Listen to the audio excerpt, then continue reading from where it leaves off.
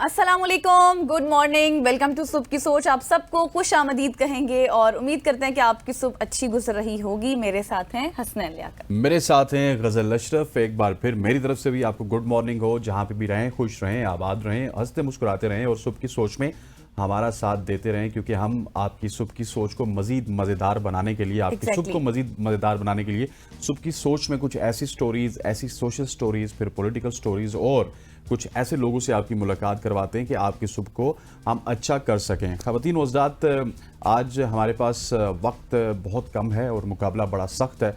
और सबसे पहले हम ऐसी स्टोरी के हवाले से बात करेंगे जो जुबान ज़द आम है कल से। स्टोरी ये है कि शादी से पहले दूल्हा और दुल्हन के लिए कौन सा टेस्ट करवाना लाजमी करार दिया गया, इस हवाले से हम बात करेंगे। और इस हवाले से कौमी असम्बली में बिल भी पास कर लिया गया।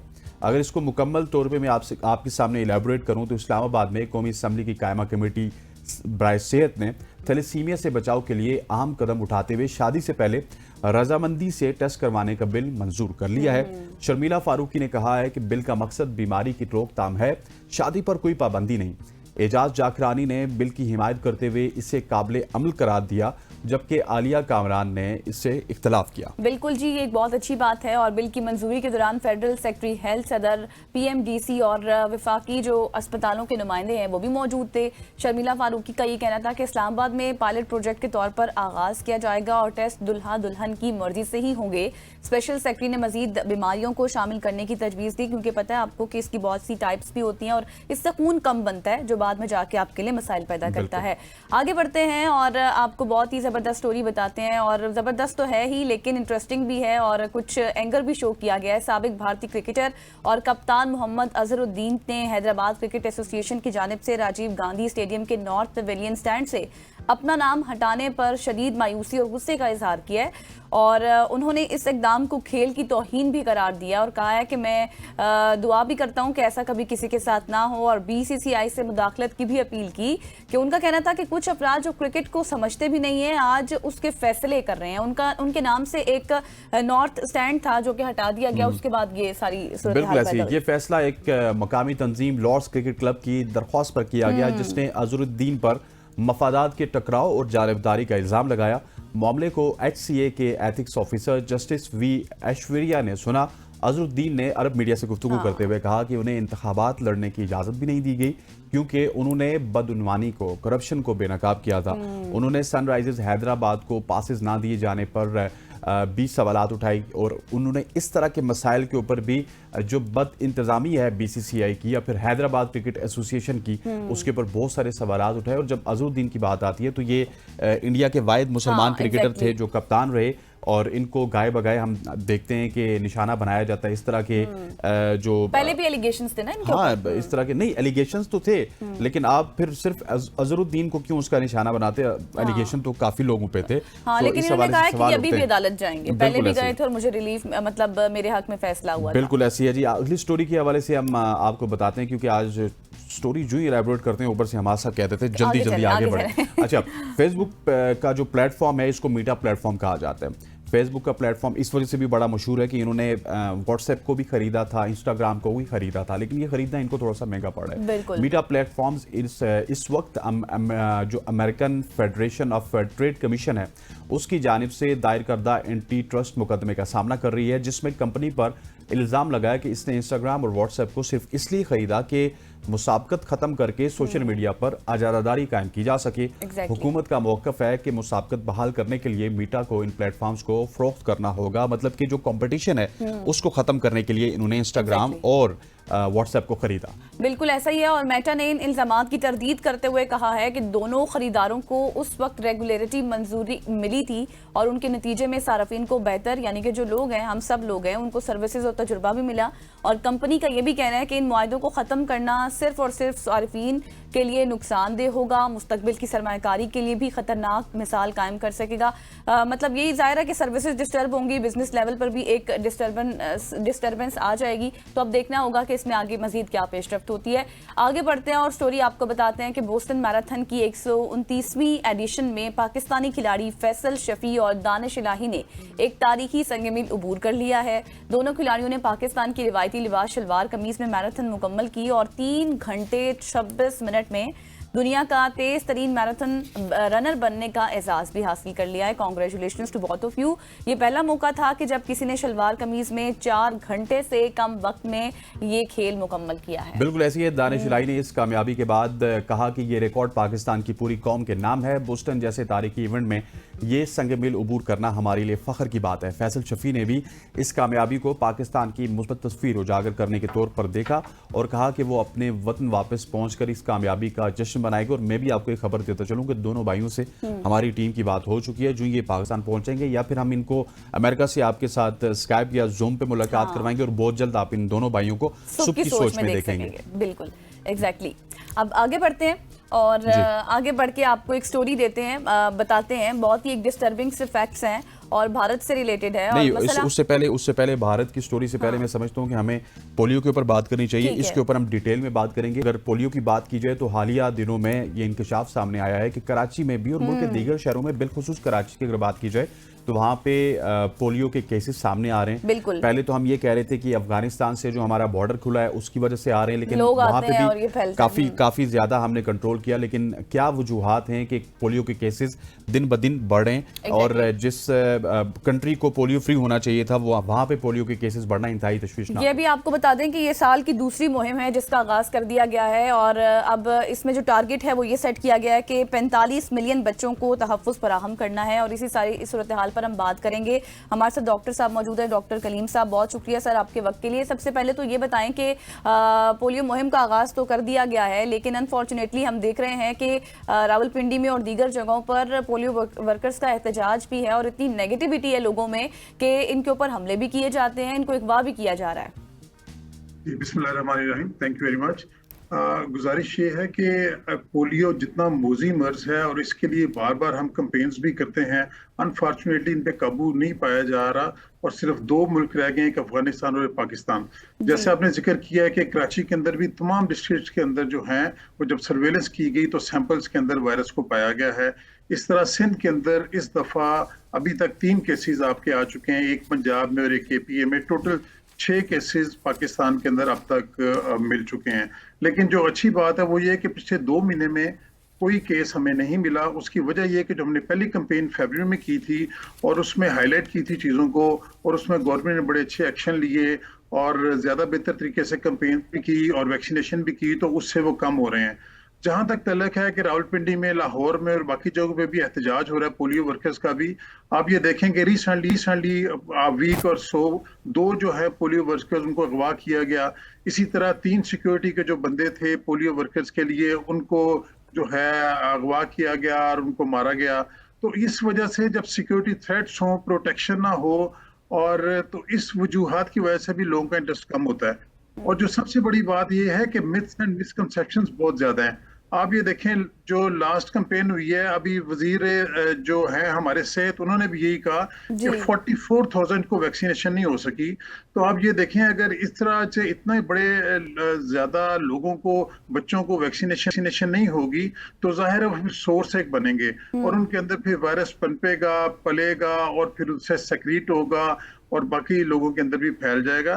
तो हमें जरूरत इसी बात की है कि हम मिथ्स और मिसकंसेप्शन को किस तरीके से लोगों के कम करें, उनको ऑन बोर्ड लें, सिक्योरिटी का प्रॉपर बंदोबस्त हो और पोलियो वर्कर सेफ महसूस करें और उनको प्रॉपर रिम्यूनरेशंस दी जाएं ताकि वो लोग इंटरेस्ट लें और दिलो जान से इस काम में शामिल हों। अच्छा डॉक्टर साहब, सिर्फ वैक्सीनेशन ना लेना यही गलती है सब लोगों की, या इसके अलावा भी कुछ प्रिकॉशंस हैं जो लिए जा सकते हैं और जिससे पोलियो से आपका छुटकारा हो सकता है वैक्सीनेशन के साथ साथ? जी आप बिल्कुल ठीक कह रहे हैं। जो सबसे इंपॉर्टेंट चीज तो वैक्सीनेशन ही है। देखिए आप बाकी सारी कर भी लेंगे, वैक्सीनेशन नहीं करेंगे तो आपका मसला हल नहीं होगा, पहली बात। लेकिन सेइंग दिस, सिर्फ वैक्सीनेशन भी काफी नहीं है। You have rightly pointed out, इसमें जो हैंड हाइजीन है ना, ये सबसे इंपॉर्टेंट चीज है कि जब माएँ जो हैं वो गंदे हाथों से या बच्चे गंदे हाथ जी ठीक हो गया, ठीक हो गया डॉक्टर साहब, थैंक यू सो मच जी। हम उम्मीद करते हैं कि हम पोलियो के खात्मे के लिए काफ़ी हद तक जिस तरह की कोशिशें कर रहे हैं, जिस तरह की मुहिम चला रहे हैं, ये मुहिम हमारे लिए साजगार साबित हो। डॉक्टर कलीम साहब हमारे साथ मौजूद थे जो पोलियो के हवाले से बात कर रहे थे। और अब आगे बढ़ते हैं। जी हाँ, अब आगे बढ़ते हैं। और अच्छा, आपको पता है कि हर घर में एक ऐसा बंदा जरूर होता है जो हर काम पे कहता है कि बाद में कर लेंगे, लेजी बहुत होता है ना, और फिर वो बात कभी भी नहीं आती। और फिर ऐसे देखते ही देखते वो लेजी लोगों के लिए स्टिंग ने एक अमेजिंग सोल्यूशन निकाला है, स्टिंग लेजी हेल्पलाइन। जो जब आपका कोई भी काम रुक जाए, जब भी आपके घर में कोई ऐसा लेजी बंदा हो जो काम करने से मना करता हो, और इसके साथ साथ मतलब वो कहे हमेशा से कि मुझे काम नहीं करना और अपनी जगह से भी ना हिले, तो बस कॉल मिलाएं लेजी हेल्पलाइन को, बाकी सब स्टिंग संभाल लेगा। आसान, फन और मसाले का ये कंप्लीट, बिल्कुल मसाले का बहुत कंप्लीट हल है, मसाले कह रही थी। आप मसाले लगाना स्टार्ट हो गए। क्या आपने स्टिंग की नई स्टंट के बारे में सुना है या नहीं सुना? अभी आपने गजल से जरूर सुन लिया। मैंने जब इसके बारे में सुना तो लगा कि फाइनली किसी ने मेरे घर की प्रॉब्लम का भी सीरियस सॉल्यूशन निकाला है।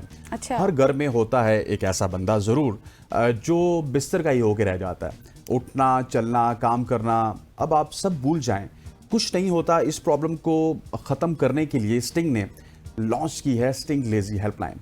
बस 030411 लेजी यानी कि 5299 पर कॉल करें और लेजी बंदे की सुस्ती को करें साइडलाइन। बिल्कुल ऐसे ही है। और कभी कभी घर में ना वो लेजी जो बंदा होता है ना, वो बिल्कुल काम नहीं करता। लेजी भाई या फ्रेंड होता है जिनको सिर्फ टाइम पास के लिए जो है अपना फ़ोन यूज़ कर लेते हैं, या फिर टाइम पास करना आता है और काम बिल्कुल ज़ीरो जब काम की बारी आए। तो इन लोगों की लेज़ी रूटीन को ख़त्म करने के लिए और पेंडिंग कामों को फाइनली डन करने के लिए स्टिंग लेज़ी हेल्पलाइन पर आप कॉल करें, जो नंबर आपको हसनैन ने बताया, और सुस्ती को करें बिल्कुल ही साइडलाइन। बिल्कुल ऐसे ही सुस्ती को साइडलाइन करने के साथ साथ यहाँ पे वक्त हुआ चाहता है एक शॉर्ट सी कमर्शियल ब्रेक का। ब्रेक लेते हैं, वापस आते हैं।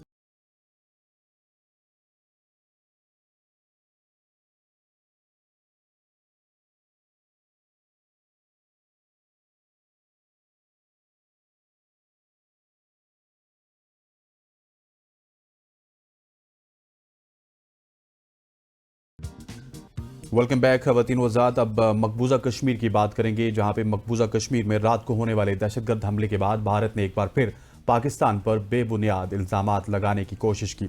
हमले के फौरन बाद भारतीय हुकूमत ने पाकिस्तान को मुर्द इल्ज़ाम ठहराया।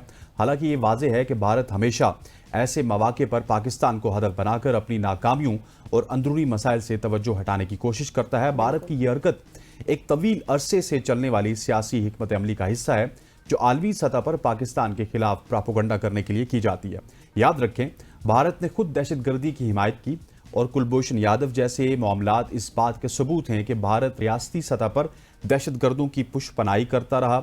जब भारत दूसरे ममालिक में बदअमनी फैलाने के लिए अपने दहशतगर्दों को भेजता है तो उसकी जानिब से पाकिस्तान पर इल्ज़ामात दरअसल उसकी हुकूमत के अंदरूनी मसाइल और बद इंतजामी का अक्स होते हैं। बिल्कुल। और पाकिस्तान पर इल्ज़ामात लगाकर भारत अपनी मुश्किलात से छुटकारा हासिल नहीं कर सकता है। भारत को अपने दाखिली मसाइल का हल तलाश करना ही होगा और आलमी सतह पर सच्चाई का सामना भी करना होगा, ताकि इस झूठा ये जो प्रोपेगेंडा भारत करता है उसमें वो कामयाब ना हो सके। और पाकिस्तान पर इल्ज़ाम लगाने की भारतीय हिकमत अमली की हकीकत ये है कि मोदी हुकूमत अपनी दाखिली नाकामियों और आलमी सतह पर बढ़ती हुई तनकीद से बचना चाहती है, क्योंकि भारत, आपको पता है ना, कि वो एक्सपोज हो चुका है ऑटोमेटिकली। और इसके बजाय भारत को अपनी जमीन पर होने वाली दहशतगर्दी की हकीकत का सामना करना चाहिए और उस पर ठोस कार्रवाई करनी चाहिए, ना कि आर्मी बिरादरी को गुमराह करने की वो कोशिश करके अपने ऊपर से तमाम तर इल्जामात को खत्म कर सकता है। और इस सारे मामले पर हमें बात करने के लिए ज्वाइन किया है ब्रिगेडियर रिटायर्ड फारूक हमीद साहब। बहुत शुक्रिया सर आपके वक्त के लिए। सबसे पहले तो जिस तरह हमने कहा कि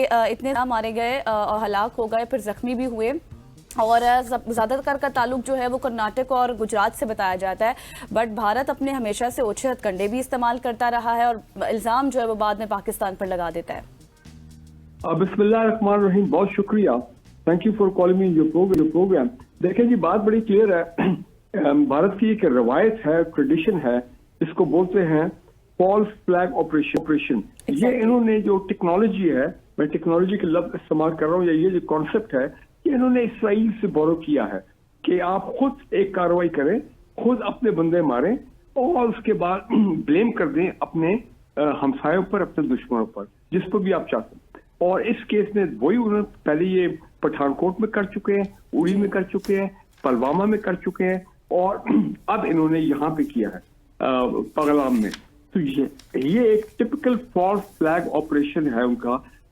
और जो कोशिश उनकी ये है कि इस वक्त इंडिया के अंदर कुछ बड़े गंभीर हालात चल रहे हैं और मैं खास बता दूं कि इंडिया में जो 25 के करीब एलर्जी की मूवमेंट है उसमें मणिपुर में ऐलान आजादी जो है वो उन्होंने कर दिया है और वहां पे भी उन्होंने बड़ी तादाद में इंडियन सोल्जर्स को, इंडियन आर्मी को मुज़ाहमत की और उनको मार रहे हैं। तो एक तो ये एलिमेंट है। दूसरा ये है कि जिस तरह आपने भी इंट्रो में कहा, ये बिल्कुल ये तो खुद दहशतगर्दी को स्पॉन्सर करते हैं कि आपने देखा नहीं कि इन्होंने बलूचिस्तान में क्या किया है, यूपी में क्या किया है, भाई अफगानिस्तान बैठ के ये टीटीपी हो गया, ख्वारिजी हो गई, बीएलए हो गए और ये बीआरए, ये तमाम दहशत ग्रुपों को जनाब इन्हीं के लोग जो हैं वो वाया अफगानिस्तान और कुछ मेरा ख्याल है इन्फिल्ट्रेट भी करते हैं इनके साथ वाया अफगानिस्तान और ये बलूचिस्तान में, केपी में, और ये अमेरिकन वेपन्स जो हैं वो उनको प्रोवाइड करते हैं। ये इंडियंस प्रोवाइड करते हैं अमेरिकन वेपन्स जो कि आ रहे हैं केपी में और बलूचिस्तान में। तीसरी इंपॉर्टेंट चीज ये है कि आपने कहा हमने बिल्कुल उनका कुलभूषण यादव का नेटवर्क इनका पकड़ा। अभी रिसेंटली फिर वो उसका बड़ा अजीब सा नाम है उस हिंदू का जिसको पकड़ा गया है अपना ये चंद दिन पहले, जो पूरा उसका एक नेटवर्क था बलूचिस्तान में। अगेन कुलभूषण यादव टाइप उसने नेटवर्क बनाया था, टेरर नेटवर्क, और बीएलओ को वो एक्टिवली सपोर्ट कर रहे थे। अब दूसरी आप देखें इंटरनेशनल फ्रंट पे इस वक्त prime minister Modi Saudi Arabia में है। इस वक्त अमेरिकन वाइस प्रेसिडेंट इंडिया का दौरा कर रहा है, ठीक है, और अमेरिकी ये इंडियंस जानते हैं कि उन पर ऑलरेडी अमेरिका में और कनाडा में बड़ा सख्त प्रेशर है। बल्कि इंडिया से तो कुछ एक दो रॉ के लोग हैं उनको तो बाकायदा जबरदस्ती जहाज में बिठा के अमेरिका लेके गए और कि वहां पे सिखों के खिलाफ और कुछ और जो लीडर हैं अमेरिका में और कनाडा में उनके खिलाफ रॉ ने वहां पे एक्टिविटीज की, उनको मारा है और उस इलाकों को डिस्टेबलाइज करने की कोशिश की है। तो कतर में आप देखें क्या हुआ।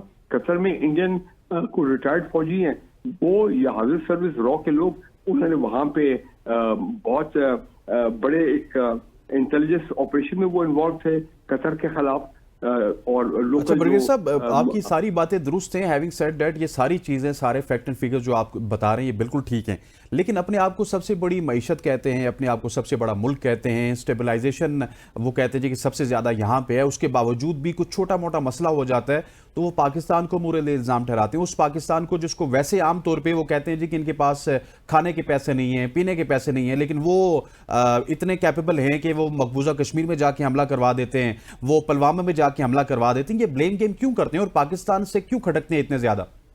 जी, इसकी वजह यह है कि प्राइम मिनिस्टर मोदी, आपको मालूम है कि ये इनका जो आरएसएस और हिंदुत्व वाला माइंडसेट है ये बड़ा एंटी मुस्लिम है, एंटी कश्मीरी है।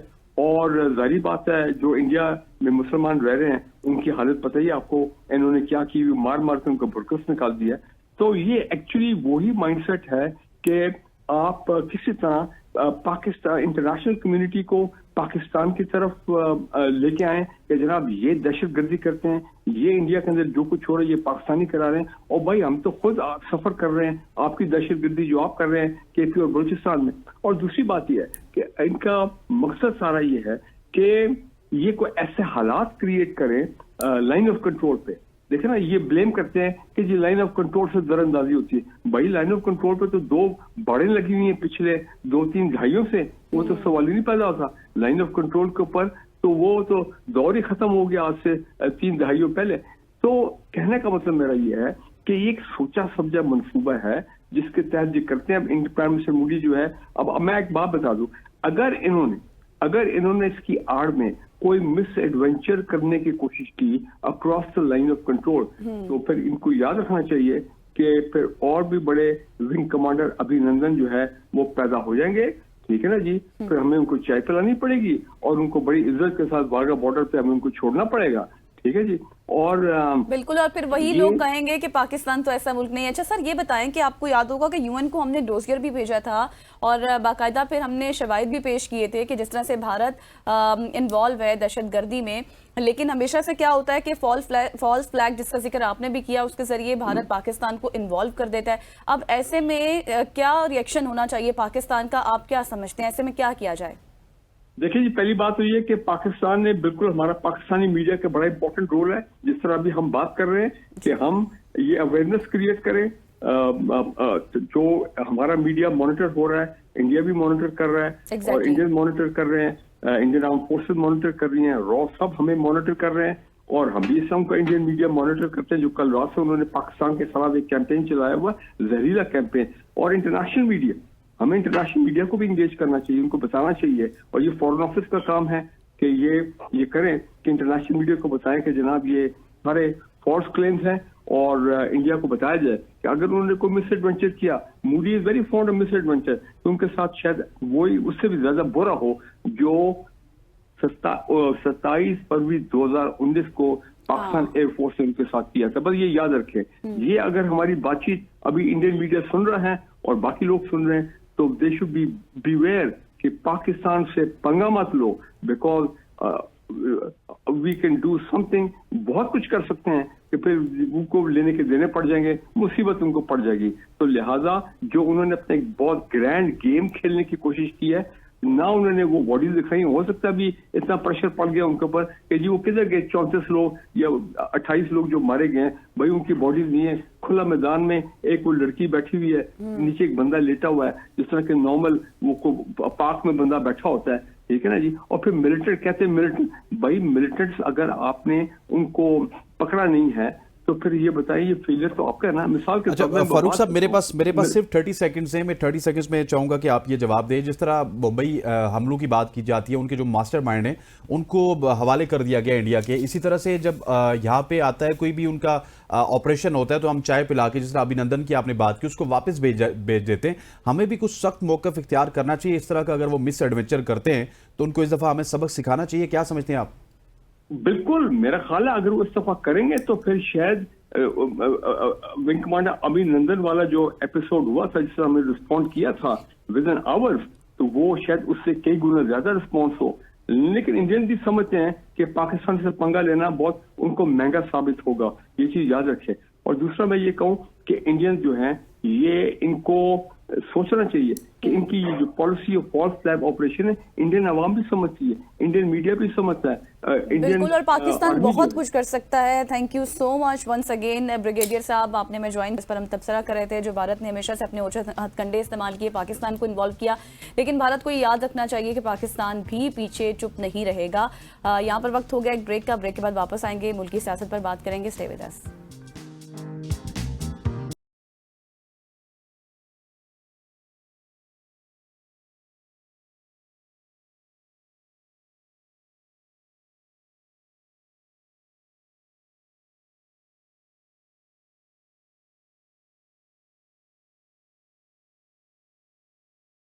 Welcome back after the break. और अब हम बात करेंगे मुल्क की सियासत में क्या कुछ हो रहा है। वैसे तो बहुत कुछ हो रहा है, लेकिन इस वक्त जो हॉट टॉपिक है वो है नहरों का मामला। पानी का मामला शिद्दत इख्तियार कर चुका है। अब क्या ये मामला मुज़ाकरात के जरिए हल हो सकता है या फिर नहीं हो सकता, क्या मुहर्रिकात हैं? फिर कल ही जो है टेलीफोनिक राबिता हुआ राना सनाउल्लाह का, शर्जील नाम मेमन साहब का, जिसमें ये बात तय की गई कि हम मुशावरत से इस अमल को आगे बढ़ाएंगे ताकि किसी भी सूबे की हक तलफी ना हो। ज़ाहिर आपको पता है कि ये अब इंतजामी और तकनीकी मामला है और इसको बैठ कर ही हल किया जाए तो ज़्यादा बेहतर है। और फिर कुछ मीटिंग मिनट्स हैं जो पीपल्स पार्टी के हक में जाते हैं, लेकिन पीपल्स पार्टी जो है वो कहती है कि हम हुकूमत का साथ नहीं देंगे। क्या ये इत्तेहाद खतरे में है या नहीं? इस तरह के छोटे छोटे सवालात हैं जो इस वक्त हर कोई हमसे भी पूछ रहा है और हम भी जानने की कोशिश करेंगे। बिल्कुल ऐसे इसी हवाले से बात करने के लिए सीनियर तज्जिया निगार फारूक आदिल साहब हमारे साथ मौजूद है। Sir thank you so much for joining अस। फारूक साहब, सबसे पहले तो वही गजल वाली बात करेंगे कि ये जो केनाल्स का इशू है, नहरों का इशू है, क्या ये सिर्फ पाकिस्तान पीपल्स पार्टी की जानिब से पॉइंट स्कोरिंग है या फिर पीपल्स पार्टी इस हवाले से सीरियस भी है और वो जो बातें कर रही है वो माजी में जाके इम्प्लीमेंट भी हो सकती हैं? मेरा ख्याल है कि ना पॉइंट स्कोरिंग हो रही है और ना हुकूमत छोड़ने की तरफ कोई जा रहा है और ना कोई जाएगा। ऐसी हुकूमत चलती रहेगी। पानी का मसला हसास है, इसमें कोई शुबा नहीं। और सिंध के लोग जो इस मामले में, और जो भी सिंध के जो तहफ़्फ़ुज़ात होते हैं उनके मामले में हमेशा हसास होते हैं। और ख्याल ये था कि पीपल्स पार्टी इब्तिदा में ही जिसने इत्तेफाक राय जाहिर कर दिया था नहरों के मसले पर, वो इस मामले को संभाल लेगी। लेकिन वहाँ की जो नैरो नेशनलिस्ट हैं, यानी मैं जीएस तहरीक के से मुतासरीन जो हैं, वो नॉर्मली ऐसे मौके खाली नहीं जाने देते। फिर उनको कुमक मुयस्सर आ गई उन जमातों की तरफ से भी, यानी वो जो एक इत्तेहाद है पीपल्स पार्टी के मुखालिफ, उसकी तरफ से भी, तो उन्हें एक जान मिल गई। और ये सिंध का यकीनन एक ऐसा मसला था जिसमें सिंध पे ऐसी यानी हंगामा खेजी होती जो पूरे मुल्क को मुतासिर करती, हिला के रख देती। तो वैसे ही हुआ। तो अब ये पीपल्स पार्टी की मजबूरी है कि वो अपनी यानी हल्का इंतखाब को महफूज रखने के लिए वो कुछ ना कुछ कहे, कुछ ना कुछ करे। तो पीपल्स पार्टी वही कर रही है। लेकिन इसका मतलब ये नहीं है कि मौजूदा हुक्मरान इत्तेहाद जो है, लेकिन सर आपको कि जिस तरह कैटेगोरिकली उन्होंने कहा बिलावल भुट्टो साहब ने, और सिर्फ पहली बार नहीं बहुत दफ़ा कह चुके हैं कि हम ये इत्तेहाद खतरे में पड़ जाएगा, हम हुकूमत को छोड़ देंगे, अगर हम साथ ना दें तो ये हुकूमत गिर जाए। फिर कुछ वो ये बातें भी करते हैं कि फॉर्म 47 वाली हुकूमत है। लेकिन शायद आपको नहीं लगता कि हुकूमत इस चीज़ को फील ही नहीं कर रही है? देखें, जब आप पब्लिक में एक बड़ा लीडर बात करता है और उसको पब्लिक के सेंटीमेंट को बयान करने के लिए वो बाज़-औक़ात ज्यादा बुलंद आहंग लहजा इख्तियार कर लेता है। बिल्कुल किया है बिलावल, बिल्कुल ऐसी। अच्छा ये बताइएगा कि रात को अब मुलाकात भी, सॉरी टेलीफोनिक रब्ता भी हुआ है राना सनाउल्लाह और शर्जील इनाम मेमन का, और उन्होंने मुज़ाकरात के जरिए इस मसले को हल करने की तरफ जोर भी दिया और मुज़ाकरात जारी रखने की भी बात की है। तो क्या आप समझते हैं कि मुज़ाकरात से ये मसले मसाइल जल्द अज जल्द हल हो जाएंगे? देखें, ये तारीखी कशमकश है पानी के मामले पर पंजाब और सिंध के दरमियान, और हमेशा से रही है। और ऐसे ही होती है कि डाउन स्ट्रीम पे जो भी इलाके होते हैं उन्हें शिकायत होती है। ये सिर्फ यहाँ नहीं है, इंडिया में भी है, दुनिया में जहाँ भी डाउन स्ट्रीम पे लोग मौजूद हैं वो इस किस्म की शिकायत करते हैं। और इसकी बुनियाद पर बदकिस्मती से हमारे यहाँ पॉलिटिक्स शुरू हो जाती है और मसाइल पैदा होते हैं। और इसी पॉलिटिक्स की वजह से, जिसका आगाज ज़ियाउल हक के एक अहम तरीन आदमी जो गवर्नर खैबर पख्तूनख्वा जो उस वक्त सरहद का सूबा कहलाता था, जनरल फजल हक ने ये आलाबाग डैम पे ये सियासत शुरू की थी, जो बाद में यानी बिल्कुल नॉन स्टार्टर हो गया कालाबाग डैम। तो इस वक्त जो सिंध के नेशनलिस्ट हैं वो वही तर्ज अमल इख्तियार कर रहे हैं, और उसमें बाज GDA वगैरह की भी सपोर्ट उनको मिल गई है। लेकिन मैं अर्ज ये करता हूँ कि ये जो कल राब्ता हुआ है वफाक और हुकूमत सिंध का राना सनाउल्लाह साहब की तरफ से शर्जील इनाम मेमन साहब से, तो ये बहुत खुश आइंद है। इस पर अगर ये बैठ जाएंगे तो मेरे ख्याल में बहुत सारे मसाइल हल हो जाएंगे। क्योंकि अगर आपको 6 नहरें बनाकर और आपको रेगिस्तान को, हमारे जो थल का इलाका है, उसको आबाद करना है, तो उसके चोलिस्तान का इनका जो, तो उसके लिए हमें बहरहाल कुछ नए वाटर रिजर्वायर की जरूरत होगी। तो ये चीज़ें डिस्कस उसमें होंगी, और उसमें न सिर्फ ये डिस्कस होगा बल्कि दोनों सूबों के दरमियान कोई ऐसा आईनी अरेंजमेंट हो सकता है जिसके जरिए दोनों सूबों के पानी, जो आप कह रही है ना कि दोनों सूबे कहते हैं कि पानी छोड़ जी, दोनों सूबों का इत्मीनान उससे हो सके। तो मेरे ख्याल में ये गुफ्तगू शुरू हो जाती है तो हम उसी तरफ जाएंगे। बिल्कुल एग्जैक्टली आपको ठीक कहा। लेकिन सर अब बात यह है कि ये टेलीफोनिक राबते हो रहे हैं, काफ़ी अरसे से एहतजाज भी हो रहा है, वकला बिरादरी भी एहतजाज कर रही है। अगर ये मामला मुज़ाकरात के जरिए हल हो जाता है तो किस साइड पर, क्योंकि पोजीशन तो दोनों लिए बैठी हैं, दोनों पार्टीज, और पीछे कोई भी नहीं हट रहा। पोजीशन पे न जाएं आप, अच्छा। तो आदमी भी हमारी शेख न जाइए तो उस पे मत जाइए आप। तो वो देखें, जिस सियासी जमात में अपने हल्का इंतखाब को महफूज रखना होता है वो बहुत बड़ी ऊंची जुबान में बात करेगा, ऊंची आवाज में बात करेगा और तल्ख जुबान में बात करेगा। लेकिन दोनों वफाक को भी बचाना चाहते हैं, हुकूमत को भी बचाना चाहते हैं, और दोनों जमातें, पाकिस्तान पीपल्स पार्टी, पाकिस्तान मुस्लिम लीग, दोनों पाकिस्तान के बिल्कुल गैर बिल्कुल आबाद। ऐसी है फारूक साहब। अच्छा, थोड़ा सा अब अडयाला जेल की भी बात करना लाजमी है मेरा ख्याल है, क्योंकि खान साहब से मुलाकात नहीं होने दी जा रही, स्पेशली उनकी बहनों से उनकी मुलाकात ना करवाना। ये समझते हैं आपके हमारे तक जो खबरें पहुंचती थी उनकी बहनों की वजह से पहुंचती थी या फिर उनके वकला की वजह से पहुंचती थी, लेकिन अब वो मुलाकातें भी नहीं हो रही, इसकी क्या आपको लगता है, क्यों मुलाकातें नहीं करवा रही गवर्नमेंट? मेरे ख्याल में ये मुलाकात की इजाजत न मिलने से ज्यादा एक इशू क्रिएट करने का मामला है, ताकि मीडिया में आवाम के सामने हम एक मजलूम के तौर पर जिंदा रहें, और इससे ज्यादा कुछ नहीं है। वरना अगर ये नहीं देखे ना, पीपल्स पार्टी, मुस्लिम लीग और पीपल्स पार्टी पीटीआई के जमाने में क्या उनके साथ ये नहीं हो रहा था?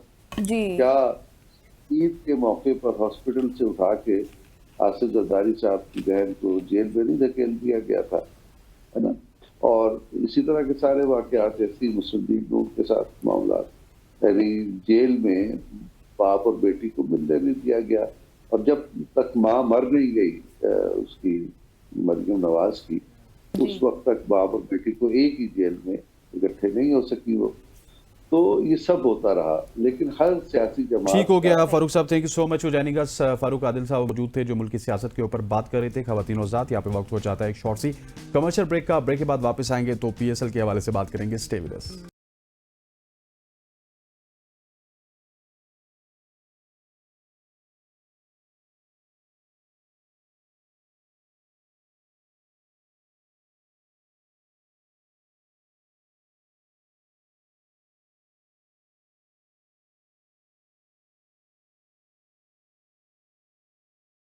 Welcome back after the break. और अब हम बात करेंगे पीएसएल के हवाले से, क्रिकेट में क्या कुछ हो रहा है। पीएसएल जोरों शोरों से जारी है और मुल्तान सुल्तान्स ने लाहौर कलंदर्स को 33 रन से शिकस्त दी और मुल्तान सुल्तान्स ने टॉस जीतकर बल्लेबाजी का फैसला किया और 228 रन बनाए। जवाब में 9 विकेटें गंवाकर मुकर्ररा ओवर्स में महज 195 रन ही बना सकी। मुल्तान सुल्तान के यासिर खान की शानदार बैटिंग, 6 छक्कों और 6 चौकों की मदद से 44 गेंदों पर 87 रन बनाकर मैन ऑफ द मैच का एहसास भी अपने नाम कर लिया और लाहौर कलंदर्स के सिकंदर रजा ने नॉट आउट 50 रन बनाए। मुल्तान सुल्तान्स की तरफ से उबैद शाह ने 3 विकेटें भी ली हैं। बिल्कुल ऐसी है, इसी हवाले से बात करेंगे। और साथ ही अली तरीन ने एक बयान दिया है हाल ही में, 1-2 दिन पहले उन्होंने कहा कि पाकिस्तान सुपर लीग में वो मुल्तान सुल्तान रिटेन नहीं करेंगे। इससे पहले भी वो पाकिस्तान सुपर लीग पे तनकीद करते हुए नजर आए। पाकिस्तान सुपर लीग की मिस मैनेजमेंट को उन्होंने उजागर किया। क्या इस तरह के बयानात एक पीएसएल के फ्रेंचाइज ओनर को देने चाहिए? क्योंकि फ्रेंचाइज ओनर जब इस तरह के बयानात देते हैं तो पड़ोस में जाके ऐसे मामलात वहाँ पे डिस्कस होते हैं, जगह सही होती है और फिर साथ साथ वो कहते हैं फिर अपने मुल्क में ही चीजें ठीक नहीं है। बिल्कुल ऐसे ही। और आज के सेगमेंट में केन विलियमसन के हवाले से बात करेंगे, जो कि खबरें ये आ रही हैं कि आज या कल में पाकिस्तान सुपर लीग में कराची किंग्स को ज्वाइन करेंगे और कराची किंग्स के स्क्वाड का हिस्सा बनेंगे। इन तमाम तर इशूज़ पे बात करने के लिए हमारे साथ मौजूद हैं साइम इशफाक, स्पोर्ट्स जर्नलिस्ट हैं। Sir thank you so much हो जाएगा। साइम, सबसे पहले अगर बात की जाए पाकिस्तान सुपर लीग की, रात का मैच मुल्तान सुल्तान बिला आखिर मुल्तान में जाकर पहला मुकाबला जीतने में कामयाब हुआ। कैसा देख रहे हैं मुल्तान सुल्तान की जीत को? हसनैन, बिल्कुल मुल्तान सुल्तान ने अपनी पहली जीत अपने नाम की और लाहौर कलंदर्स के अगेंस्ट। यहाँ पे सबसे इम्पोर्टेंट चीज़ ये है कि मुल्तान का होम ग्राउंड था तो उन्होंने अपनी बैटिंग स्ट्रेंथ के अकॉर्डिंग ही वहाँ पिच तैयार करवाई थी। आप देखेंगे कि जो लास्ट मैच हुआ तो पिच के ऊपर बेयर पैचेस थे, बहुत मुश्किल से कराची किंग्स ने टारगेट चेस किया, मगर यहाँ पर मुल्तान सुल्तान ने एक हाई स्कोरिंग खड़ा किया बोर्ड के ऊपर टोटल। और लाहौर कलंदर्स ऑलमोस्ट 1 ईयर पहुंच गए थे, लेकिन लाहौर मुल्तान सुल्तान ने आखिरकार ये जीत लिया। तो एक अच्छा साइन है पीएसएल के लिए भी, क्योंकि जब टीम्स आपस में कंपटीशन में आएंगी, पॉइंट्स टेबल के ऊपर रन रेट का कंपटीशन होगा, पॉइंट्स का कंपटीशन होगा, तो पीएसएल जो है वो उसका टेम्परेचर जो है बढ़ेगा। बिल्कुल साइम, आपने ये कहा कि यासिर खान ने भी तो कमाल कर दिया, उस हवाले से आप क्या कमेंट करेंगे? फिर आगे चलकर मजीद बात करते हैं अली तरीन के स्टेटमेंट के हवाले से भी। देखिए, यासिर खान बहुत अरसे से इनका जो बेंच है। जी साइम, क्या कह रहे हैं आप? जो यासिर खान हैं वो काफी अरसे से मुल्तान का जो है बेंच है उसे गरमा रहे थे, लेकिन आखिरकार टीम मैनेजमेंट ने उनके ऊपर ट्रस्ट किया और उस ट्रस्ट पे पूरा उतरे यासिर खान पीछे डोमेस्टिक क्रिकेट में बहुत अच्छी परफॉर्मेंसेस देते आए, लेकिन अनफॉर्चुनेटली उन्हें चांस नहीं मिल रहा था। लेकिन एक बहुत अच्छा साइन है, मुल्तान सुल्तान को ये चेंजेस करने चाहिए थे। कल हमने देखा कि मोहम्मद रिजवान विकेट कीपिंग से हटे, उन्होंने उस्मान खान को चांस दिया, खुद वो फील्डिंग पे आए, एज अ कैप्टन की उन्होंने जो चीजें थी वो अच्छी तरह से निभाई। तो यासिर खान को चांस देना और उनका performance, it's been a good sign for Multan Sultan. और क्या समझते हैं कि यासिर खान की जो परफॉर्मेंसेज हैं ये पाकिस्तान के लिए, पाकिस्तान के फ्यूचर के लिए कितनी ज़्यादा इंपॉर्टेंट है? क्योंकि उनकी जगह हम शाय होप को मौका दे रहे थे। शाय होप T20 में ठीक है, अच्छे बल्लेबाज है, लेकिन शाय होप से हम उतनी तवक्कुआत तो नहीं कर सकते। यासिर जब परफॉर्म करेंगे तो अल्टीमेटली हमें ये तो ज़रूर लगेगा कि पाकिस्तान के लिए वो कल जाके परफॉर्म कर सकते हैं। बिल्कुल हसनैन, बट देखें ये चीज कहना बहुत अर्ली होगा, क्योंकि आप साइम अयूब को जैसे आपने देखा कि बहुत अर्ली पाकिस्तान क्रिकेट के अंदर लेके आए थे, लोग बहुत ज्यादा तनकीद कर रहे थे। फिर आपने रिसेंटली देखा कि हसन नवाज को आप बहुत जल्दी लेके आए इंडिविजुअल एक दो परफॉर्मेंसेस के ऊपर। तो मेरे ख्याल से एक दो परफॉर्मेंसेस के ऊपर नहीं जज करना चाहिए, आपको एक प्रॉपर टाइम देना चाहिए यासिर खान को भी। लेकिन देखिए यासिर की आपने खुद कहा कि वो डोमेस्टिक में बड़ा अच्छा परफॉर्म कर रहे हैं, तो डोमेस्टिक में भी परफॉर्मेंस हो जाए, PSL में भी परफॉर्मेंस हो जाए, तो फिर सबको मौका मिल रहा है तो यासिर को भी मिलना चाहिए। बिल्कुल हसनैन, ऐसी बात है, लेकिन PSL का मैं कह रहा हूँ एक मैच के ऊपर आप उन्हें जज नहीं कर सकते, आप उन्हें कंसिस्टेंट चांसेस दीजिए। PSL के अंदर अगर वो परफॉर्म करते हैं तो डोमेस्टिक के वो ऑलरेडी अच्छे परफॉर्मर हैं, देन आप उन्हें नेशनल टीम के अंदर लेके आइए, उन्हें चांस भी दीजिए। क्योंकि हमारी सबसे बड़ी बदकिस्मती ये है कि हम प्लेयर्स को साथ लेके तो चलते हैं, लेकिन उन्हें फिर चांसेस नहीं देते, जिनकी वजह से वो उनका जो मोटिवेशन है वो लो हो जाता है। जैसे आपने देखा कि साहिबजादा फरहान को हम लेके जाते रहे टूर्स पे, लेकिन उन्हें हमने चांस नहीं दिया। लेकिन इस PSL वो अपनी परफॉर्मेंसेस से उनका बल्ला जो है वो बोल रहा है, रन उगल रहा है कि जो मेरे साथ की गई है वो ज्यादती थी और अब मुझे पाकिस्तान टीम के अंदर चांस दिया जाए। तो बहुत सारे लड़के हैं जो आना चाहते हैं। आकिब जावेद, उन्होंने अच्छी परफॉर्मेंस दी, तो सबको तो आप एकदम नहीं लेके आएंगे, क्योंकि आपकी जो पीछे टीम है सेटल डाउन है, जो 4 से 5 प्लेयर्स हैं उन्हें तो आप नहीं हटाएंगे, तो इसलिए आपको इन्हें लेकर चलना होगा अपने साथ। सही। अच्छा साइम, केन विलियमसन भी ज्वाइन कर रहे हैं कराची को, ये कितना इंपॉर्टेंट होगा आपकी नजर में? केन विलियमसन की जो प्रेडिक्शन है आज से काफी मंथ्स पहले मैंने आपके शो पे ही की थी, जब मैं बांग्लादेश में मौजूद था, कि केन विलियमसन लेट आएंगे। तो केन विलियमसन का इम्पैक्ट तो जरूर पड़ेगा कराची की टीम के अंदर, लेकिन मेरे ख्याल से डेविड वार्नर और उनकी जो एक कोर स्ट्रेंथ है वो ऑलरेडी सेट हो चुकी है। अब ये देखना बड़ा इंपॉर्टेंट है कि वो किसे जो है 4 फॉरेन प्लेयर्स में से बाहर लेके जाते हैं। आया टिम साइफर्ड उनके बाहर जाते हैं या फिर किसी और को वो बाहर करके केन विलियमसन को इन करते हैं। लेकिन केन विलियमसन की जो क्रिकेट है वो बहुत अटैकिंग क्रिकेट नहीं है, और मेरे ख्याल से कराची को जो अभी चाहिए वो एक ऐसा प्लेयर चाहिए जो अटैकिंग क्रिकेट खेले, क्योंकि डेविड वार्नर को हमने देखा कि वो भी इनिंग्स को रोटेट करते हैं। तो मेरे ख्याल से डेविड वार्नर और केन विलियमसन जब एक साथ आ जाएंगे तो उतना बड़ा रन, अगर जैसे रात का रन था 230, तो वो चेस करने में कराची किंग्स को मुश्किल होगी। That is a very valid point कि टीम साइफर्ड ड्रॉप होंगे या फिर कराची के लिए सबसे ज्यादा रन्स करने वाले जेम्स विल्स। लेकिन अब थोड़ा सा मैं अली तरीन के हवाले से बात करना चाहूंगा। एक फ्रेंचाइज ओनर के इस तरह के बयानात, पहले तो उन्होंने कहा कि PSL मिसमैनेज हो रही है, PSL X का वो मजा नहीं है, उनके ये बयानात भारत में भी बहुत ज्यादा इनको उछाला गया, और अब वो ये कह रहे हैं कि मैं मुल्तान सुल्तान को बिल्कुल रिटेन नहीं करूंगा, प्रॉफिट नहीं हो रहे। साइम, ये पाकिस्तान सुपर लीग है, यहाँ पे प्रॉफिट तो होते हैं, लेकिन शायद उस तरह से हमारे जो ऑनर्स हैं वो शो भी नहीं करना चाहते, क्योंकि कोई शख्स इतना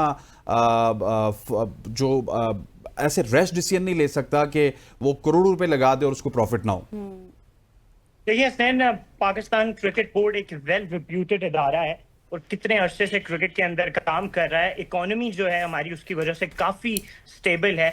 तो ये कहना कि पाकिस्तान सुपर लीग में इतने अरसे से होने के बाद भी प्रॉफिट नहीं है, चले अली तरीन का पॉइंट भी वैलिड है, लेकिन ये PSL मैनेजमेंट की एक, जैसे हम कह सकते हैं कि उनकी नाकामी है कि इतना बड़ा पॉइंट जो है अली तरीन आके टीवी के ऊपर, और ये PSL की जो हम जैसे कहेंगे कि इज्जत को उछाला जा रहा है। आप देखेंगे उसी के साथ IPL हो रहा है, वहां पे भी काफी सारे केसेस हैं, लेकिन वो मीडिया के ऊपर उस तरह से हाइप नहीं उनकी बन पा रही, क्योंकि वो एक प्रीमियर क्रिकेट लीग है, वो जानते हैं कि ऐसी सिचुएशंस को टैकल कैसे करना है। तो मेरे ख्याल से PSL की जो मैनेजमेंट है उन्हें अली तरीन के साथ बैठना चाहिए, टेबल टॉक करनी चाहिए, उनकी जो सिचुएशन है उसे समझना चाहिए और उसके बाद जो सोल्यूशन है उसकी तरफ जाना चाहिए। बिल्कुल साइम, आपने ठीक कहा। और एक तरफ तो जब हम बढ़ चढ़कर ये बोलते हैं ना कि हम आईपीएल के साथ मुकाबले कर रहे हैं, टेक्नोलॉजी ऐसी इस्तेमाल कर रहे हैं, दूसरी जानिब जब हमारे अपने ही मुल्क से इस तरह की बातें सामने आएंगी तो फिर वहाँ तो वावेला मचेगा और उनको तो एक, आप ये कहें कि एक पॉइंट मिल जाएगा हमारी बेइज्जती करने का, क्योंकि हम भी तो कोई पॉइंट जाने नहीं देते हैं। ये बताएं कि अब पीसीबी का क्या रिएक्शन होना चाहिए इस सारी सूरत हाल पर, आप क्या समझते हैं? देखिए, पीसीबी का तो साइलेंट रिएक्शन है भी और होना भी चाहिए, क्योंकि 10वें सीजन के बाद एक दफा फिर से जो पीएसएल का पूरा जो आप कहेंगे फ्रेमवर्क है, स्ट्रक्चर है, वो पूरा चेंज होते हुए आप देखेंगे। पीएसएल की बिडिंग्स होंगी और इस चीज का भी अंदेशा है, 2 नई टीम्स पीएसएल के अंदर शामिल होंगी, तो सारी नई बिडिंग्स होंगी। अब देखना ही इंपॉर्टेंट है। ठीक हो गया Saim, thank you so much for joining us. Saim मौजूद थे खवातीन और ज़ात। यहाँ पे वक्त हुआ चाहता है एक शॉर्ट सी कमर्शियल ब्रेक का, ब्रेक लेते हैं, वापस आते हैं, स्टे विद अस।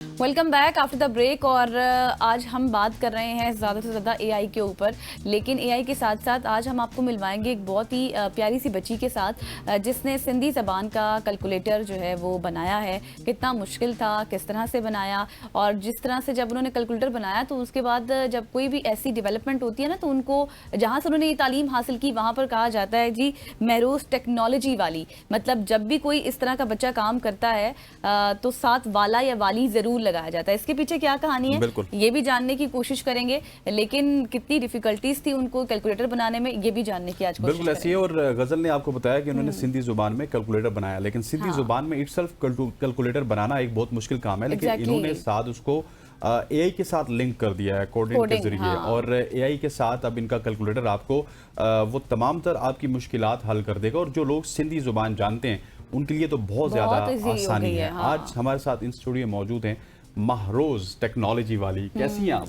अल्हम्दुलिल्लाह मैं बिल्कुल ठीक हूँ। महरोज, किसी के वालिद साहब का नाम उनके साथ होता है, किसी की बरादरी का नाम उनके साथ होता है, ये महरोज टेक्नोलॉजी वाली, ये मुझे समझ नहीं इसके पीछे क्या कहानी है? ये हमारे स्कूल का कॉन्सेप्ट है कि जिस चीज़ पे हम काम करते हैं तो हम उस जो वाला वाली है ना अपना लगा लेते हैं। अब बहुत सारे बच्चे हैं या वो देखते हैं कि हमारे मुल्क में बहुत सारे इश्यूज हैं, अब वो कोई काम करना चाहता है पानी के हवाले से कि पानी का इशू है या इलेक्ट्रिसिटी का, तो वो अपने नाम के साथ वही लगा लेते हैं। या कोई एआई पे काम कर रहा है तो अपने नाम के साथ एआई लगा लेते हैं। रिमोट जॉब के हवाले से काम कर रहा है तो रिमोट जॉब लगा लेते हैं। तो इसी तरह जो है मैंने टेक्नोलॉजी पे काम कर रही हूँ तो मैंने अपना वाला वाली जो है टेक्नोलॉजी वाली लगा दी। क्या बात है। और ये कराची वाली लग रही है अपनी बातों से। जब इनके वालिद साहब बता रहे थे कि ये एबटाबाद से हैं तो वालिद साहब के एक्सेंट थोड़ा सा डिफरेंट था, लेकिन इनका एक्सेंट उसी तरह है कि भाई ये हमारे कॉलेज वालों ने बताया कि टेक्नोलॉजी वाली लगानी है। लगानी है बिल्कुल। अच्छा महरोज, मुझे ये बताएं कि आपने, वैसे बच्चे होते हैं ना, स्कूल खत्म हो गई, स्कूल लाइफ में कॉलेज में एडमिशन ले लिया, आपने स्कूल लाइफ खत्म करने के बाद दोबारा से स्कूल में एडमिशन ले लिया, ऐसा क्यों किया? ये मैंने इसलिए किया क्योंकि मैं टेक्नोलॉजी की फील्ड में जाना चाहती थी। ठीक है। तो अगर बात करें नॉर्मल स्कूल कॉलेज की, तो अगर हम वहाँ पे कंप्यूटर साइंस भी लेते तो प्रैक्टिकल नहीं होता या वो चीज़ें नहीं होती जो हम सीखना चाहते हैं। तो मैंने जो मैट्रिक है वो मैंने कंप्यूटर साइंस में की, लेकिन मैंने उससे कुछ सीखा भी नहीं।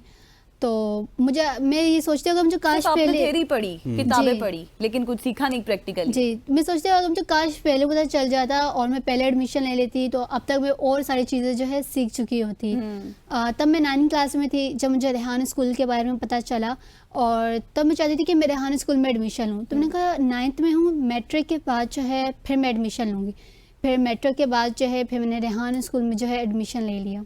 ठीक हो गया। और आप ये बताइए कि जो सिंधी जुबान में आपका कैलकुलेटर है, हम आपसे प्रैक्टिकल तो पूछेंगे ही पूछेंगे, इसमें स्पेशलिटी क्या है? या ये सिंधी जुबान में पहला कैलकुलेटर होगा, फिर उसके साथ एआई कोडेड भी है, लेकिन आपकी जुबान से हम सुनना चाहते हैं कि ये किस तरह से स्पेशल है? ये इस तरीके से स्पेशल है जिस तरीके से हम नॉर्मल कैलकुलेटर देखते हैं तो उनके जो हिस्से होते हैं, जो काउंटिंग होती है वो इंग्लिश में होती है या फिर उर्दू में होती है। तो ये जो है ये सिंधी में है। सही।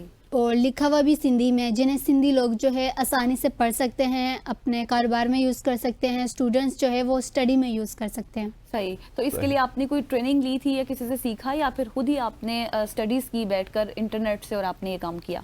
नहीं, ये मैंने स्कूल से सीखा क्योंकि हमारा स्कूल जो है वो एआई स्कूल है जो कि सिर्फ पाकिस्तान के नहीं दुनिया का फर्स्ट एआई स्कूल है। तो वहाँ पे हम टेक्नोलॉजी की चीज़ें सीखते हैं। जिस तरह एक स्कूल होता है वहाँ पे मुख्तलिफ सब्जेक्ट्स होते हैं, तो यहाँ पे सिर्फ टेक्नोलॉजी है। यहाँ पे हम ग्राफिक डिज़ाइनिंग भी सीखते हैं, वीडियो एडिटिंग भी सीखते हैं।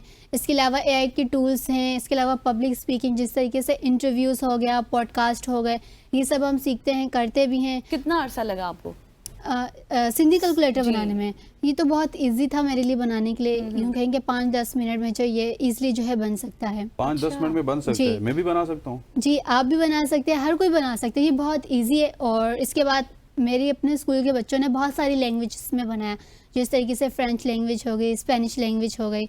तो ये किसी भी ज़बान में हम बना सकते हैं, कोई भी ज़बान में हम चाहें तो हम इसको इजीली जो डेवलप कर सकते हैं। मेरा अगला सवाल भी यही था कि you are not native Sindhi, आप कराची में रहती हैं लेकिन आप सिंध से नहीं हैं, आपका ताल्लुक एबटाबाद से है। सो सिंधी जुबान में आप ये किस तरह से कैलकुलेटर बना पाई? इसमें भी एआई का इस्तेमाल हुआ और किस तरह से आप किसी और जुबान पे भी बना सकती हैं? जी, जैसे मैं पहले बताया, हम किसी भी ज़बान में बना सकते हैं। और अभी जो हम स्कूल में जो कोडिंग सीख रहे हैं वो कोडिंग विद एआई, यानी एआई के ज़रिए कोडिंग कर रहे हैं। कोडिंग अगर हम नॉर्मल देखें थोड़ा डिफिकल्ट होता है चीज़ें डेवलप करना, लेकिन जब एआई आ गया तो उसने कोडिंग को इतना जो है आसान कर लिया कि हम कुछ ही घंटों में भी एक प्रोफेशनल जो है वेबसाइट जो है डेवलप कर सकते हैं। तो इसी तरह जो है जब मैं बेसिक चीज़ें सीख रही थी तो उसी दौरान जो है मैंने ये सिंधी कैलकुलेटर जो है वो डेवलप किया। अच्छा, कोई डिफिकल्टीज आई आपको? डिफ़िकल्टीज ज़्यादा नहीं थी, लेकिन थोड़ी बहुत ये थी कि उन दिनों जो है मैं थोड़ा सा बिजी भी थी। तो लाइक मैं चाह रही थी कि सिंधी कल्चर डे से पहले जो है मैं इसे रिलीज़ कर लूँ।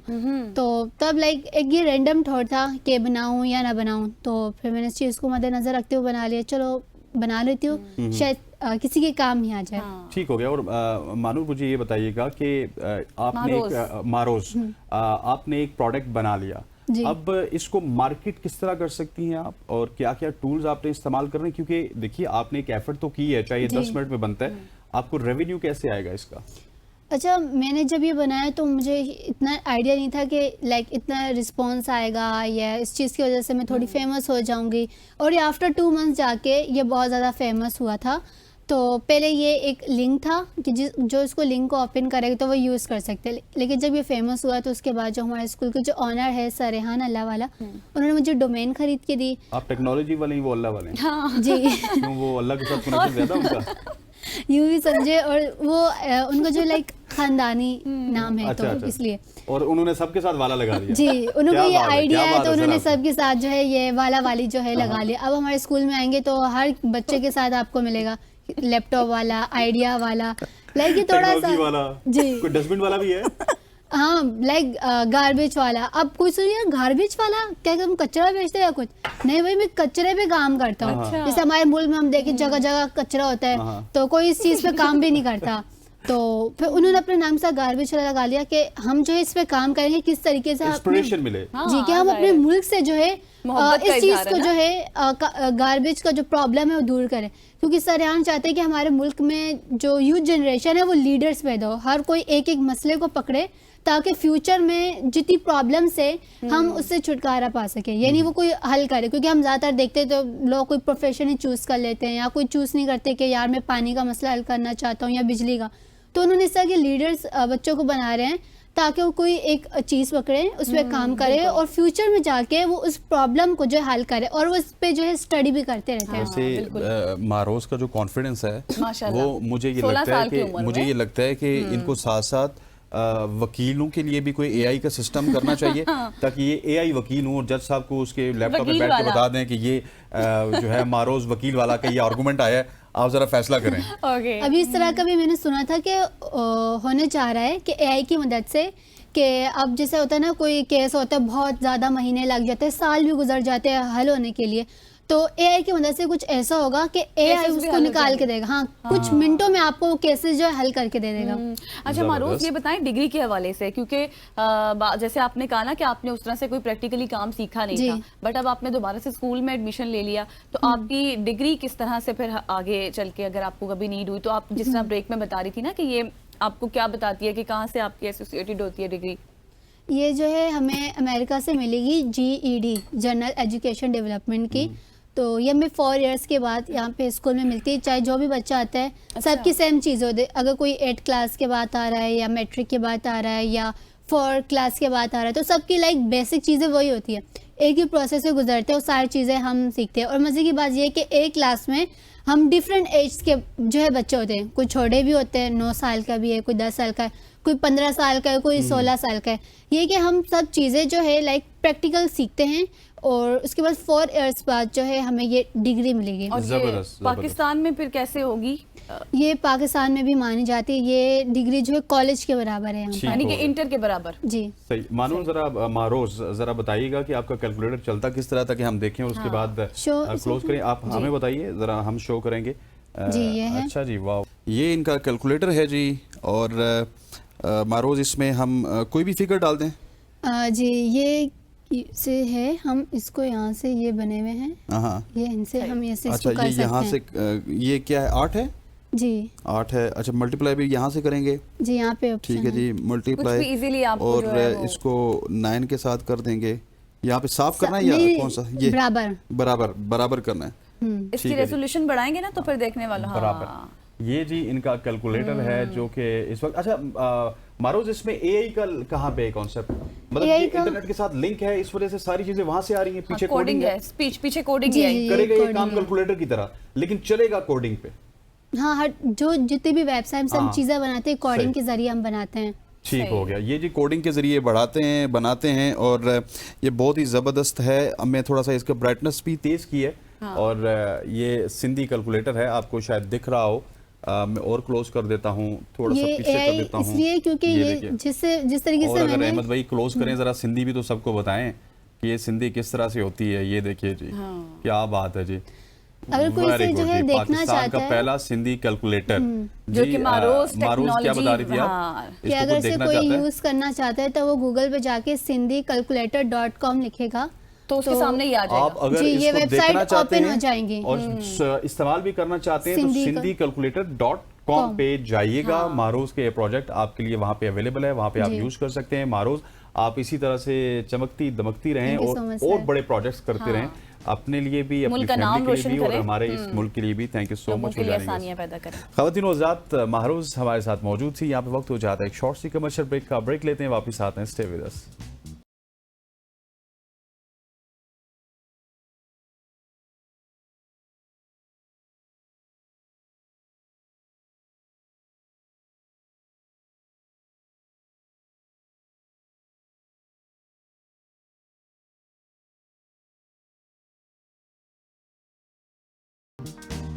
वेलकम बैक खवातीन और हज़रात। आज के इस सेगमेंट में हम एक बार फिर जानना चाहेंगे कि आसानी से पैसा किस तरह कमाया जा सकता है। जी, और रातों रात अमीर कैसे हुआ जा सकता है। रातों रात अमीर कैसे हुआ जा सकता है, और आप किस तरह से क्रिप्टो हो गई या फिर ब्लॉकचेन टेक्नोलॉजी होगी, इससे रातों रात पैसा कमा सकते हैं।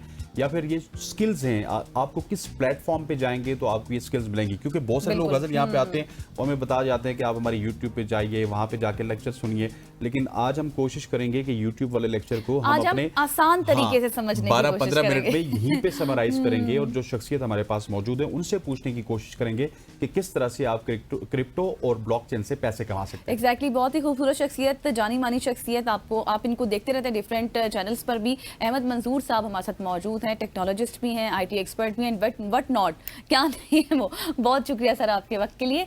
सबसे पहले तो बताएं, जिस तरह से हसनैन ने कहा ना ब्लॉकचेन और क्रिप्टो करेंसी, ब्लॉकचेन की बात करें क्रिप्टो करेंसी जहन में आती है, क्रिप्टो की बात करें ब्लॉकचेन जहन में आता है, तो ये क्या है? देखें, सबसे पहले तो मज़े की बात यह है कि ये 3 कॉन्सेप्ट्स हैं। ठीक है। पहला कॉन्सेप्ट है ब्लॉकचेन, दूसरा है डिजिटल करेंसीज और तीसरा है क्रिप्टो बेसिकली क्रिप्टो कॉइन्स। अच्छा, क्रिप्टो कॉइन्स जो नॉर्मली लोग जिसको क्रिप्टो करेंसी कह रहे होते हैं ना, ये इक्वल्स टू एसेट्स है। अच्छा। कोई भी एसेट आप ले लें, ठीक है, जैसे आपने घर ले लिया या कोई और चीज़, तो वो उसके इक्वलेंट उसको बनाया जा सकता है। उसके वो पॉलिसीज भी उस तरह की लगाएंगे।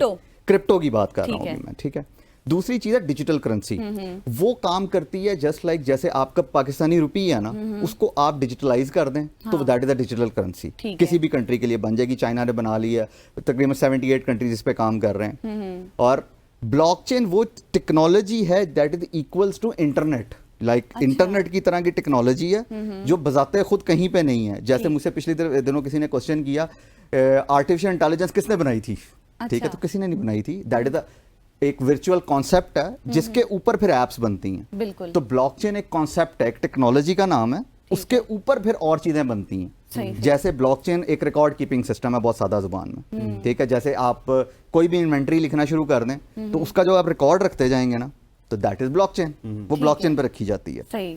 अब वो पैसों का रख लें आप, या फिर किसी भी चीज का, या एजुकेशन का रख लें, हाँ। या हेल्थ केयर का रख लें, किसी भी चीज का आप रिकॉर्ड ऐड करते हैं वो ब्लॉकचेन पे ऐड हो Blockchain पे जाएगा। add होगा। तो ब्लॉकचेन बताते खुद टेक्नोलॉजी है, उसके ऊपर डिजिटल करेंसी चलती है और उसके ऊपर ही क्रिप्टो एसेट्स चलते हैं असल में। मतलब कि कहने का मकसद आपका ये है कि ब्लॉकचेन अगर आपने सीखी हुई है तो आप वो रिकॉर्ड कीपिंग के लिए सीखेंगे, और वो जब आप उस पर्पस के लिए यूज करेंगे तो ब्लॉकचेन आपको रिवार्ड के तौर पे पैसे देगा।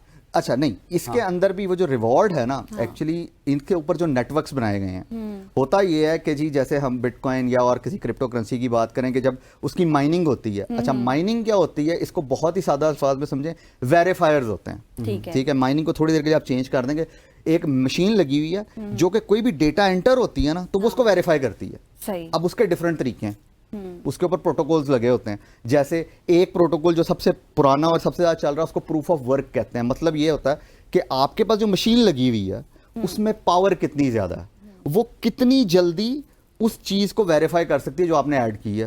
अब पूरे नेटवर्क पे सपोज करें मिलियंस ऑफ मशीन्स हैं, उन मिलियंस ऑफ मशीन्स में किसी एक मशीन ने कोई चीज ऐड की है तो उसको सबने वेरीफाई करना। तो किसके पास सबसे ज्यादा पावर होगी वो उसको वेरीफाई करेगा। वेरीफाई करेगा तो उसको प्राइज मनी मिलेगा असल में। सही। इसको कहते हैं माइनिंग। वो जो नॉर्मली आजकल चल रहा है ना कि माइनिंग मशीन्स लगा देंगे, ये कर देंगे और वो कर देंगे, तो this is not a joke. यानी कि मैं नॉर्मली कहता हूँ this is not a joke. आपको बहुत बड़ी चीजें चाहिए। अभी तो बाय द वे जो टैरिफ आया है और उसके बाद जो और चीजें चली हैं, उन्होंने बकायदा ये भी एक पॉलिसी बनाई है कि आप 1500 से ज्यादा कोई कंट्री जीपीयूज नहीं परचेज कर सकता अमेरिका से। अच्छा, ठीक है, इस तरह की भी एक पॉलिसी आई है। उसके लिए बकायदा आपको उनसे रिटर्न में चाहिए। तो आप जब माइनिंग की बात करते हैं तो वो बड़े हाइपरटेंसिव कंप्यूटर्स हैं जो आपको चाहिए। ये कोई बंदा नहीं बैठा हो जिसने वेरीफाई करना होता है, तो ऑटोमेशन चल रही है। अब ये देखा ना, मैं इसी समझने की बात कर रही थी जो मुझे चीजें भी समझ आ रही हैं। अच्छा मुझे तो भी समझ लें आप। हाँ, मैं वही समझ रही हूँ। अच्छा अहमद साहब, मुझे ये बताएं कि बेनिफिट्स तो हैं क्रिप्टो के जहाँ तक हमने सुना है, लेकिन बहुत से लोग ये सवाल करते हैं कि नुकसान भी बहुत है, रिस्की भी बहुत है इन्वेस्ट करने से। क्या देखें, रिस्क होता ही है। अब मैंने अल्हम्दुलिल्लाह ना आज तक कभी किया है ना आगे करने का कोई इरादा रखता हूं। अच्छा। ठीक है, उसकी रीजन ये है कि कोई भी ऐसी चीज जिसका आपको पता ही नहीं कि क्या हो क्या रहा है उसके साथ, जो एक ट्वीट करने से या एक गवर्नमेंट चेंज होने से जिससे इकोनॉमी ऊपर नीचे हो जाए, तो मेरा नहीं ख्याल कि ऐसी चीज को आपको इकोनॉमी का पार्ट बना लेना चाहिए। हमने तो सीसी को बुला के उनको मुशीर भी रख लिया, एडवाइजर भी रख लिया। No comments. अच्छा अच्छा देखिए बात पता है क्या है, बात यह है कि आप जितने मर्जी लोगों को बना लें, मैं हमेशा एक बात कहता हूँ, नहीं, जब पढ़ाने का मकसद, मेरा इस सवाल का मकसद ये है कि we are somewhere serious about this. या सकता है कि हम पूरी नेशन मैं वही बात करने लगा, क्रिप्टो की तरफ जाएं। मैं वही बात करने लगा था, सॉरी वो नो कमेंट्स मजाक में कहा था मैंने। बेसिकली बात यह है कि आपको पॉलिसीज बहुत ज्यादा चाहिए। यानी अगर आपने क्रिप्टो को लेके आना है तो आपको सबसे पहले उसको एज ए एसेट डिक्लेयर करना पड़ेगा। उसके पर वो तमाम लीगल के भी तो इशू है ना, लीगल नहीं है तो नहीं लीगल, वो तो सारे लीगल हो जाएगा ना। हाँ। जैसे सपोज करें ये कप अभी परचेज करना लीगल नहीं है। हाँ। लेकिन जब इस पे पॉलिसी बन जाए तो आप लीगल कर देंगे। हाँ, उसको। अब उसके ऊपर उसकी परचेज पे एक जैसे कहते हैं टैक्स ब्रैकेट लगेगी, उसके सेलिंग पे टैक्स ब्रैकेट लगना शुरू हो जाएगी। तो दैट डिपेंड्स। लेकिन उसके लिए क्या होगा कि आपको सबको ऑन बोर्ड करना पड़ेगा। सिर्फ फाइनेंस वाले या फाइनेंशियल्स को लेके आप ऑन बोर्ड नहीं कर सकते।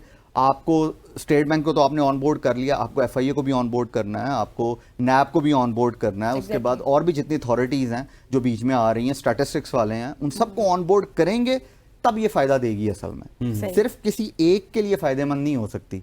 ठीक है ना, तो इसलिए क्योंकि रीजन है, देखें इस पे फ्रॉड्स भी बहुत होते हैं। अब सपोज करें एक बंदा आता है कहता है जी कि मैं एक्सचेंज बना देता हूँ।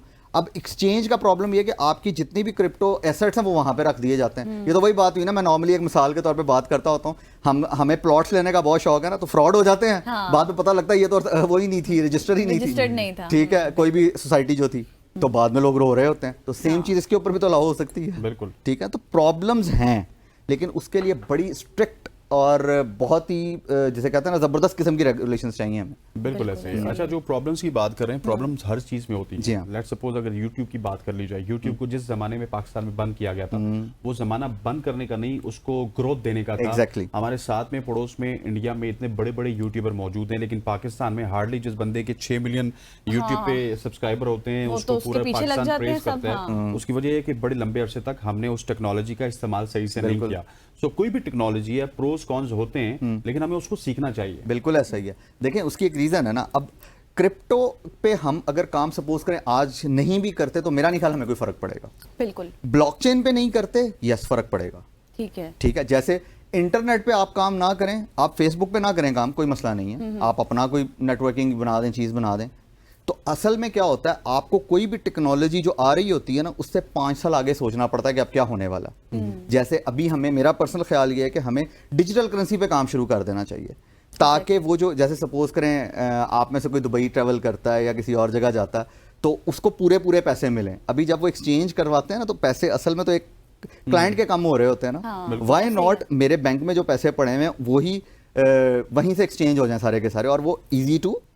तो दैट इज ये फायदा है डिजिटल करेंसी का। और डिजिटल करेंसी के सॉरी जो फिजिकल करेंसी उसकी कॉस्ट होती है, यानी वो हम लोगों को नहीं पता ना, बिकॉज हमारे हाथ में 100 रुपया 1000 रुपया तो हम फटाफट, लेकिन असल में उसकी एक कॉस्ट होती है, पेपर कॉस्ट है, उसकी कलर की कॉस्ट है, मशीनरी की कॉस्ट है, मशीन की ऑपरेशंस हैं, काफी सारी चीजें हैं। तो वो सब खत्म नहीं हो जाएगी, तो उसके ऑपरेशंस बहुत सस्ते हो जाएंगे। तो मेरा पर्सनल ख्याल ये है कि हमें ब्लॉकचेन के ऊपर जो चीजें आ रही हैं उनको, वो तो एक तो वही बात ना, हमें लोग नॉर्मली एक डरा देते हैं, हम वेब 3 की तरफ जा रहे हैं, सिर्फ क्रिप्टो पे काम करके नहीं नहीं नहीं, वेब 3 कुछ और है। सही। ठीक है, वो आप क्रिप्टो पे नहीं भी जाएंगे तो आप वेब 3 पे चले जाएंगे। बिल्कुल। आप क्रिप्टो पे नहीं भी जाएंगे तो ब्लॉकचेन पे आप चले जाएंगे। तो वो बैक एंड टेक्नोलॉजी है, वो मैं वही बात के जो नॉर्मली हमारे यहाँ लोग होते हैं ना, तो मैंने कहता हूँ अच्छा अगर फेसबुक बंद कर दोगे आज यूज करना, तो इसका मतलब तुम इंटरनेट बंद कर दोगे यूज करना। क्योंकि सर मसला ये है कि हमारे 80 करोड़ कह गया हूँ, 27 करोड़ में से तकरीबन आप कह लें कि 21 करोड़ का या फिर 20 करोड़ का काम ही है ना इंटरनेट पे। हमारा इंटरनेट बंद होता है तो हमें चिड़चिड़ापन इस वजह से होता है कि हम फेसबुक नहीं यूज कर सकते, इंस्टाग्राम यूज नहीं कर हम सकते, बुराइयां नहीं कर सकते लोगों की, इस वजह से चिड़चिड़ा ये पता नहीं कर सकते, बिल्कुल, देख नहीं exactly। सकते, झांक नहीं सकते। नहीं वो झांकना एक दूसरा ना, वो एक नॉर्मली बस एक सबको एक और भी बात कहता हूँ कि यार कभी इग्नोर करना भी सीखें। यानी आपको एक बंदे की पोस्ट नहीं पसंद है, छोड़ दे, आगे आगे चले, चलें। कमेंट और करके भी उसको बहुत बताना दुनिया। नहीं तुम मुसलमान ही नहीं हो, तुम ये भी नहीं हो, तुम फलां भी नहीं हो। बिल्कुल। और उस पर बहस हो जाए तो वो फिर बहस लंबी चलती वो चलती रहती है, ठीक है। अच्छा अहमद साहब, ये बताएं कि ये हमारे ट्रेडिशनल बैंकिंग सिस्टम पर भी इम्पैक्ट करता है? जी हाँ, उसकी रीजन ये है, वैसे इसके लिए ना आपको CBDCs रिक्वायर्ड है। अच्छा। That is central bank of digital currencies. उसमें क्या होगा, जैसे एक पूरी अथॉरिटी, जैसे हमारे यहाँ UN है या कोई एक अथॉरिटी, जिसके अंदर फिर बहुत सारी ब्रांचेस बना दी जाएंगी सही। डिफरेंट कंट्रीज, जो क्योंकि वहां पे एक्सचेंज रेट हमने उसको कंट्रोल करना, हमने तमाम जितनी इकोनॉमी है उसको एक्चुअली इक्विवेलेंट करना है असल में। ठीक है। यानी अगर मेरे पास 1 लाख रुपए हैं तो मैं बाहर जाऊं तो भी वो 1 लाख ही रहे हैं असल में। बिल्कुल ठीक है ना। ऐसे ही है। देखें लोगों को नहीं पता, जब क्रिप्टो बिटकॉइन नया नया आया था, ये 2008 की बात है, तब रिसेशन का दौर चल रहा था। बिल्कुल। उसने एक जो स्तोशी था उसने क्या किया था, एक एक्सपेरिमेंटल प्रोजेक्ट किया था कि ये भी काम हो सकता है। उसको आज लोग पता नहीं क्या क्या बना के बेच, लेकिन अभी भी तो ग्लोबल रिसेशन का खतरा बढ़ गया ये टैरिफ के बाद। मेरा ख्याल है ही बेसिकली ये चलता ही रहेगा। उसकी मुझे भी यही लग हर रहा है। 10-12 साल बाद आ ही जाता है। अभी 2030 का फिर ये है कि जैसे 2020 में हमारे साथ हुआ है वो कोरोना और सारा कुछ, अभी 2030 की फिर प्रेडिक्शन है कि ये सब कुछ होगा। और ये भी प्रेडिक्शन है कि 26 के बाद हम थोड़ा सा 2-3 साल ठीक हो जाएंगे। हाँ जी, दिस इज नॉर्मल, ये बड़ी नॉर्मल चीजें हैं। यानी कि अब तो मेरा ख्याल है लोगों को एक्सेप्ट कर लेना चाहिए और उसके लिए तैयार होना चाहिए। इसलिए मैं कहता हूँ हमें आगे का सोचना चाहिए। हम पता क्या कर रहे होते हैं, हम बिल्कुल पीछे का सोचते हम वही एग्जैक्टली हम सोच रहे होते हैं अच्छा उसने ये किया था मैं भी ये कर मैं भी ये कर लेकिन लेता हूं। एक सिंपल सी सोच है कि एक बच्चा अगर आज, वो हमारे यहाँ वही एक सोच है ना भेड़चाल वाली, कि MBA आज देखो उसने MBA किया हुआ, कितनी अच्छी जॉब है, तुम भी MBA में एडमिशन ले लो। भाई आपने 2 साल बाद ग्रेजुएट होना है, तब पता नहीं MBAs कितने और आ चुके होंगे। हमें इस सोच से बाहर निकलना पड़ेगा असल में। बिल्कुल। मैं एक और बात हमेशा करता हूँ, तो नॉर्मली लोग पूछते हैं कि अच्छा जी, जैसे आपने शुरू में बात की ना, स्किल सीखनी चाहिए, पैसे कैसे कमाने चाहिए, डिग्री। मैं कहता हूँ सिर्फ नॉलेज पे फोकस कर लें। एग्जैक्टली। ठीक है, आप स्किल को भी वो कर सकते हैं, क्योंकि फिर आ ही जाती हैं। अगर knowledge आपके पास स्किल हो ना, है और डिग्री है ना, और आपके पास नॉलेज नहीं है उसको एक्सप्रेस करने के लिए या उसको डिफेंड करने के लिए, यू आर जीरो। बिल्कुल ऐसी है, बिल्कुल ऐसी है। अहमद मंजूर साहब, thank you so much for joining अस। आपसे हमेशा से गपशप करके बहुत ही अच्छा लगता है। और जब भी अहमद साहब आते हैं तो हमारा मसला ये है कि हमारे साथ डॉक्टर साहब, तो डॉक्टर साहबा को हर चीज़ में पीएचडी करनी होती है, तो माशाल्लाह से ये समझा जाते हैं इनको कि आप किस तरह से क्रिप्टो पे या फिर ब्लॉकचेन पे, बिटकॉइन, जितनी भी टेक्नोलॉजी है उनमें इन्वेस्ट कैसे कर सकते हैं। और ये जब समझती हैं, क्योंकि तो मैं पूरा बेसिकली मैं अवाम का इंटरेस्ट देखती हूँ ना। अवाम भी मेरी तरह ही है, समझना चाहती है, तो मैं समझ रही हूँ तो अवाम भी समझ असल लेगी। में आपकी तरह नहीं है, अवाम भी आपकी तरह इंटेलिजेंट है कि वो डॉक्टर बनना चाहती है। बिल्कुल। ख़वातीन हज़रात, प्राउड है मुझे। आज के प्रोग्राम का वक्त खत्म हुआ चाहता है। मुझे गजल को, हमारी पूरी प्रोडक्शन टीम को इजाजत दीजिए। अल्लाह हाफिज।